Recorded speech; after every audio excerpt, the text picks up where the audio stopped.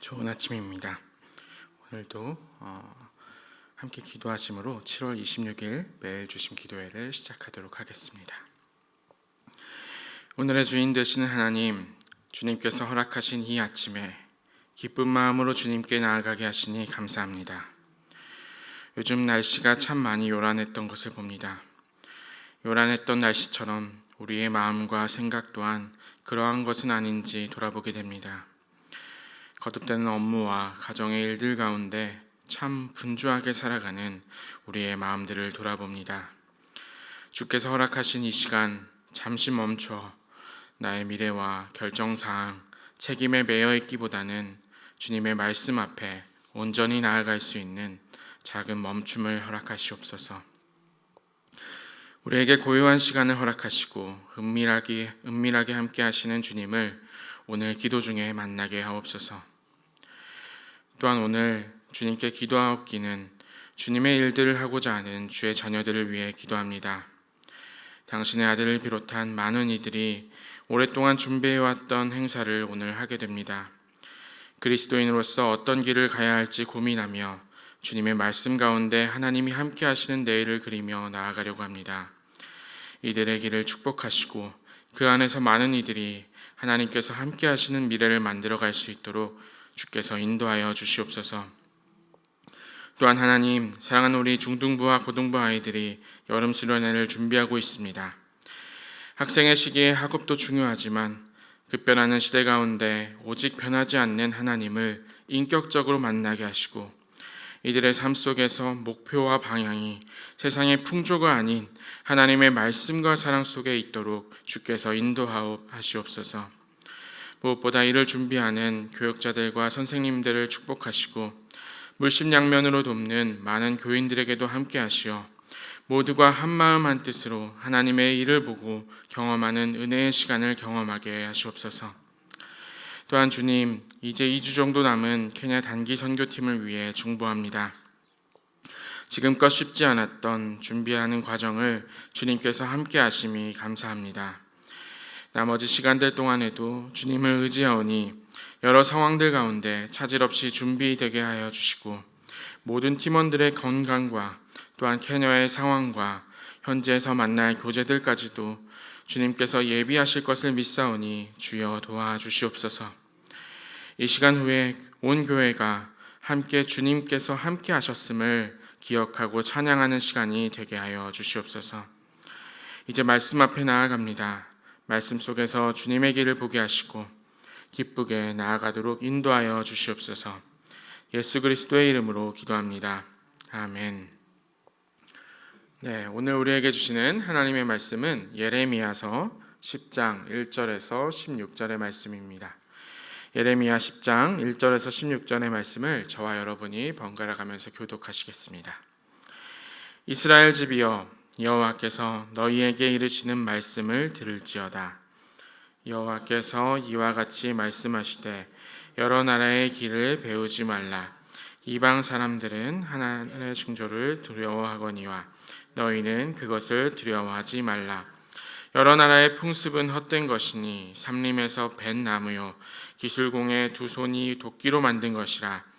그들이 은과 금으로 그것에 꾸미고 못과 장도리로 그것을 든든히 하여 흔들리지 않게 하나니 그것이 둥근 기둥 같아서 말도 못하며 걸어다니지도 못하므로 사람이 메어야 하느니라. 그것이 그들에게 화를 주거나 복을 주지 못하나니 너희는 두려워하지 말라 하셨느니라. 여호와여, 주와 같은 이 없나이다. 주는 크시니 주의 이름이 그 권능으로 말미암아 크시니이다. 이방 사람들의 왕이시여, 주를 경외하지 아니할 자가 누구리이까? 이는 주께 당연한 일이라. 여러 나라와 여러 왕국들의 지혜로운 자들 가운데 주와 같은 이가 없음이니이다. 그들은 다 무지하고 어리석은 것이니 우상의 가르침은 나무뿐이라. 다시스에서 가져온 은박과 우바스에서 가져온 금으로 꾸미되 기술공과 은장색의 손으로 만들었고 청색 자색 옷을 입었나니 이는 정교한 솜씨로 만든 것이거니와 오직 여호와는 참 하나님이시요 살아계신 하나님이시요 영원한 왕이시라. 그 진노하심에 땅이 진노함을 그 분노하심을 이방이 능히 당하지 못하느니라. 너희는 이같이 그들에게 이르기를 천지를 짓지 아니한 신들은 땅 위에서 이 하늘 아래에서 망하리라 하라. 여호와께서 그의 권능으로 땅을 지으셨고 그의 지혜로 세계를 세우셨고 그의 명철로 하늘을 펴셨으며 그가 목소리를 내신즉 하늘에 많은 물이 생기나니 그는 땅 끝에서 구름이 오르게 하시며 비를 위하여 번개치게 하시며 그 곳간에서 바람을 내시거늘 사람마다 어리석고 무식하도다. 은장이마다 자기의 조각한 신상으로 말미암아 수치를 당하나니 이는 그가 부어 만든 우상은 거짓 것이요 그 속에 생기가 없음이라. 그것들은 헛것이요 망령되이 만든 것인즉 징벌하실 때에 멸망할 것이나 야곱의 분깃은 이같이 아니하시나니 그는 만물의 조성자요 이스라엘은 그의 기업의 지파라. 그의 이름은 만군의 여호와시니라. 아멘. 네, 여러분 잘 주무셨죠? 네, 하나님께서 오늘 귀한 아침 우리에게 주신 것 참으로 감사드립니다. 네, 오늘도 함께 말씀 가운데 나아갈 텐데요. 예레미야서는 계속해서 조금은 무겁고 부담스러운 것 같은 이야기지만 그럼에도 불구하고 하나님께서 분명히 우리에게 주시는 하나님의 뜻이 있음을 바라보며 나아가면 참 좋겠습니다. 네, 오늘 함께 읽은 말씀은 지난 월요일에 읽었었던 말씀이 장례식 때 불렀었던 장송곡이었던 것처럼 또 다른 노래로 되어 있습니다. 이 노래가 어떤 노래인가 하면은 바로 예배 때 부르는 노래입니다. 이것을 신학적인 용어로 하면은 전례곡이라고 하는데요. 이러한 예배 때 부르는 노래를 예레미야는 부르고 있는 것입니다. 그런데 예레미야의 상황은 어떤 상황인가요? 여러분들이 다 아시듯이 예레미야의 상황은 모든 것이 망하였고 모든 것이 무너졌고 그리고 동포와 동료가 죽었고 상황이 정말로 어려운 상황이었습니다. 고대의 상황에서는 고대의 세계관에서는 나라와 나라가 전쟁을 할 때 충돌해서 그 어떤 나라가 이기고 그 어떤 나라가 지게 된다면 이긴 나라의 신이 이겼고 진 나라의 신은 졌다라고 생각하는 경향이 있었습니다. 왜냐하면 당시의 나라들은 한 신만을 믿던 게 아니라 다신교라고 하죠. 여러 신들이 있다라고 생각을 했었고 그 신들이 서로 전쟁을 한다라고 생각을 했었기 때문입니다. 그래서 유일신을 믿었던 이스라엘을 제외하고는 다른 나라들과 그 세계의 사람들은 전쟁과 전쟁이 일어났을 때 졌을 때 우리의 신이 패배했구나, 우리의 신이 졌구나라고 보통 생각하곤 했습니다. 그런 상황 속에서 예레미야가 모든 것이 망하고 모든 것이 멸망하고 동료가 죽었음에도 불구하고 하나님을 예배하고 찬양한다는 상황이 얼마나 어떻게 보기에는 다른 사람들이 보기에는 조금은 미련한 짓처럼 보였던 것이 사실이었습니다. 그런데 그 찬양의 내용은 그 예배의 내용은 심지어 더한 내용들을 갖고 있습니다. 왜냐하면은 하나님께서 다스리던 이스라엘이 졌음에도 불구하고 그리고 이방의 신들이 정말 대단한 것처럼 보이는 바벨론의 엄청난 그 상황에도 불구하고 오히려 예레미야는 그 바벨론의 신들과 그리고 상황에 대해서 하나님의 심판을 예언하고 있기 때문입니다. 그 상황들은 오늘 노래 속에서 조금씩 찾아볼 수 있는데요. 2절의 말씀을 제가 읽어드리도록 하겠습니다. 여호와께서 이와 같이 말씀하시되 여러 나라의 길을 배우지 말라. 이방 사람들은 하늘의 징조를 두려워하거니와 너희는 그것을 두려워하지 말라. 아멘. 예레미야는 하나님을 찬양하면서 이방의 것들에 대해서 경고를 하게 되는데요. 이때 예레미야는 분명하게 말합니다. 이방의 길을, 이방의 관습과 습관과 길과 도를 배우지 말아야 한다라고 이야기를 하면서 그 하나의 예를 먼저 들게 되는데요. 그것이 무엇인가 하면은 하늘의 징조를 두려워하지 말라라고 이야기합니다. 하늘의 징조가 무엇이었을까요? 오늘날에 가장 발달된 과학이라고 하면은 보통은 정보나 아니면 컴퓨터나 하는 AI와 같은 공학들이 있습니다.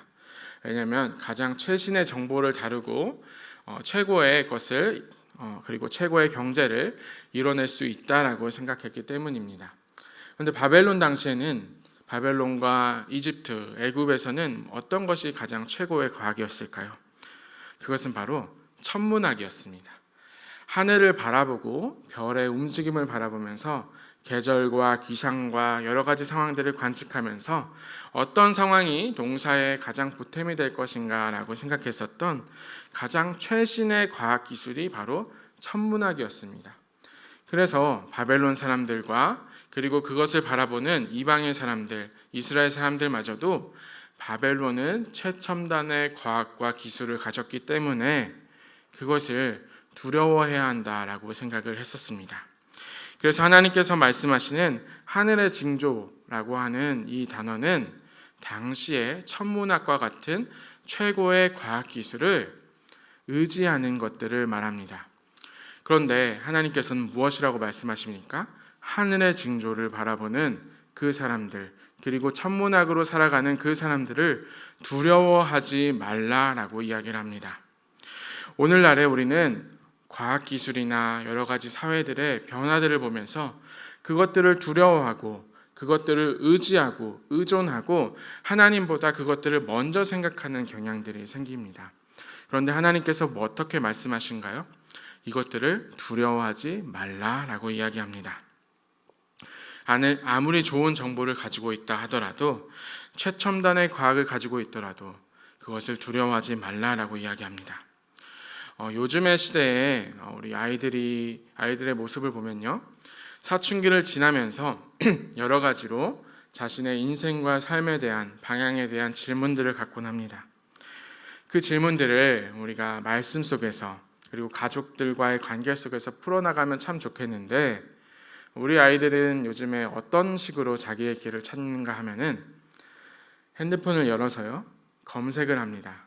나의 길이 어떻게 될지, 내가 어떻게 사람들과 대화하고 살아가고 그리고 나의 인생의 목표를 어떻게 하고 무엇을 달성해야 될지를 유튜브에 검색을 하면서 찾습니다. 왜냐하면 우리 아이들은 가장 최신의 정보가 거기에 있고 그것들을 가장 필요로 하고 있고 두려워하기 때문입니다.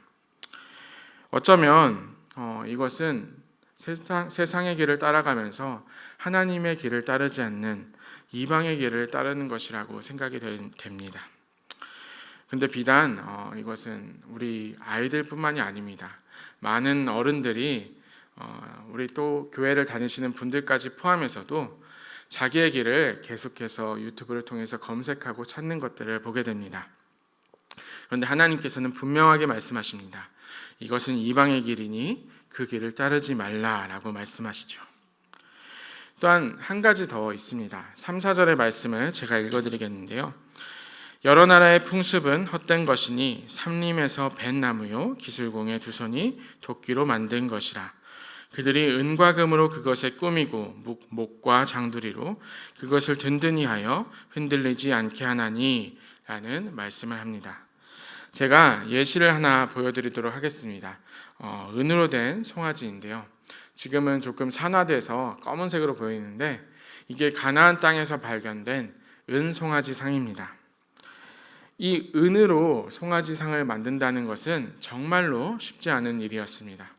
왜냐하면 당시에는 이 조각하는 기술도 어렵거니와 은으로 이렇게 뒤덮는 일 자체가 어려웠던 일이기 때문입니다. 다시 말해서 이것을 이루기 위해서는 정말 많은 수고와 노력을 들여야 했고 그것을 이뤘다는 것 자체로도 많은 이들에게 자랑이 되었던 것입니다. 그러니까 이 은으로 된 신상을 드러낸다는 것은 그것을 할 수 있다는 자신감과 자만을 드러냈던 것이라고 할 수 있습니다. 그런데 이러한 모습 가운데 하나님은 5절의 말씀을 통해서 이렇게 말씀하십니다. 5절의 말씀을 한번 같은 목소리로 읽도록 하겠습니다. 그것이 둥근 기둥 같아서 말도 못하며 걸어다니지도 못하므로 사람이 메어야 하느니라. 그것이 그들에게 화를 주거나 복을 주지 못하나니 너희는 두려워하지 말라 하셨느니라. 하나님께서 분명하게 말씀하십니다. 결국 그것은 사람이 메어야 할 인형에 불과하다라고 말이죠. 화도 복도 줄 수 없는 아무것도 아닌 것인데 그것을 이뤘다고 해서, 그것을 만들었다고 해서 이것은 아무짝에도 쓸모없다라고 이야기를 하며 하나님께서는 다시 한번 말씀하십니다. 그것을 두려워하지 말라라고 말이죠. 나무에 불과한 가르침이다라고 말씀하십니다. 요즘 세상에서는 우리가 스스로 이뤄내는 업적과 달성할 수 있는 목표에 대해서 그것을 정말로 대단하게 생각하고 뛰어나다라고 생각을 합니다. 심지어는 페이스북이나 유튜브에 어떤 것을 올리게 되고 그것의 조회수나 좋아요 개수에 따라서 스스로의 가치가 대단하다라고 생각을 하는 경향까지도 있습니다. 그런데 하나님께서 분명하게 말씀하십니다. 그것이 화를 주거나 복을 주지 못한다라고 말씀하십니다. 또 한 가지 예레미야를 통해서 우리가 보게 되는 말씀이 하나 더 있는데요. 9절의 말씀을 한 번 더 읽도록 하겠습니다. 9절의 말씀을 제가 읽도록 하겠습니다. 다시스에서 가져온 은박과 우바스에서 가져온 금으로 꾸미되 기술공과 은장색의 손으로 만들었고 청색 자색 옷을 입었나니 이는 정교한 솜씨로 만든 것이거니와. 여기서 드러나는 청색 자색 옷을 입었다라는 표현이 있습니다. 이 청색 자색 옷은 제가 일전에도 한번 말씀드린 적이 있는데 보라색으로 된 염료를 써야 했었던 것입니다. 이 보라색으로 된 염료를 쓴 옷감을 만들기 위해서는 그 지역에서 났던 달팽이를 짜내야 했었는데요. 이 달팽이를 짜내면 고작 3방울에서 4방울 정도의 이 보라색 천연 염료가 나옵니다. 근데 이 달팽이를 짜내서 이 손수건 하나를 적시려면, 손수건 하나를 염색하려면 어느 정도의 달팽이가 필요하냐 하면은 12,000마리가 필요하다라고 합니다. 그러면 정말 이 옷을 정말 짜내기 위해서는, 염색을 하기 위해서는 어마어마한 숫자의 달팽이가 필요하게 되는데 이 달팽이를 잡고 만드는 데 비용이 로마 시대에는 5만 데나리온 정도가 들었다고 합니다. 그러니까 노동자가 엄청난 숫자의 일을 해야만 하는 어마어마한 시간이 들었고 돈이 들어야 했었는데, 심지어 로마 시대의 네로 황제는 이 보라색으로 된 옷을 입는 것을 보고는 사형에 처하는 법까지 만들기도 했었습니다. 그러니까 10절의 말씀에서 볼 수 있는 것은 이 보라색 옷을 입을 만큼 경제적으로나 아니면 권력으로나 많은 힘을 갖고 있는 모습을 본다고 해서도 그러한 이방의 모습을 띈다고 한들 그것이 하나님 앞에서 아무것도 아니다라고 하는 말씀입니다. 다시 말해서 어마어마한 부를 가졌다 한들, 어마어마한 명성을 가졌다고 한들 그것은 하나님 앞에서 아무것도 아니다라고 말씀하십니다. 그래서 10절에서 그 모습을 보면서 하나님께서는 이렇게 말씀하십니다. 오직 여호와는 참 하나님이시오 살아계신 하나님이시오 영원한 왕이시라 라고 말씀하십니다. 얼마 전 어떤 교회에서 설교 제목으로 이런 말씀을 하는 것을 보았습니다. 원로 목사님의 신앙이라고 하는 그런 말씀 제목을 붙이면서 하나님을 드러내기보다는 한 사람이 어떤 공적을 세웠고 공로를 세웠음을 보여주는 그러한 설교를 하는 모습을 보았습니다. 저는 이러한 모습을 보면서 과연 그 설교가 하나님의 말씀을 드러내는 것이 맞을까라는 생각을 하게 되었습니다. 과연 여호와만이 참 하나님이시오 살아계신 하나님이시라는 것을 믿으며 나아가는지에 대한 큰 의문이 들었습니다. 물론 그분이 정말로 뛰어난 목사님이셨기 때문에 정말로 큰 교회를 이뤘고 정말 어마어마한 명성을 가졌다고 할 수 있겠지만 그럼에도 불구하고 그 말씀 가운데 오직 여호와만이 참 하나님이 드러나지 않는다면 얼마나 슬픈 일일까라는 생각이 들었습니다. 사랑하는 여러분, 오늘 우리에게 주시는 하나님의 말씀이 여전히 무겁습니다. 제가 세 가지를 말씀드렸습니다. 첫 번째로, 이 시대의 과학과 기술과 정보는 하나님 앞에서 아무것도 아니니 두려워하지 말라. 두 번째로, 어떤 이들이 세운 공로나 내가 세운 공로도 하나님 앞에서는 아무것도 아니니 두려워하지 말라라고 하였습니다. 그리고 세 번째로, 세상에서 자랑할 만한 힘과 부는 아무것도 아니니 두려워하지 말라라고 말씀하였습니다. 여러분들은 그러면 이렇게 말씀하실 수도 있습니다. 과연 우리가 과학과 기술이나 공로와 업적이나 부와 명예를 얻는다고 해서 아무것도 쓰잘데기 없다라고 생각하면 됩니까? 라고 질문할 수도 있습니다.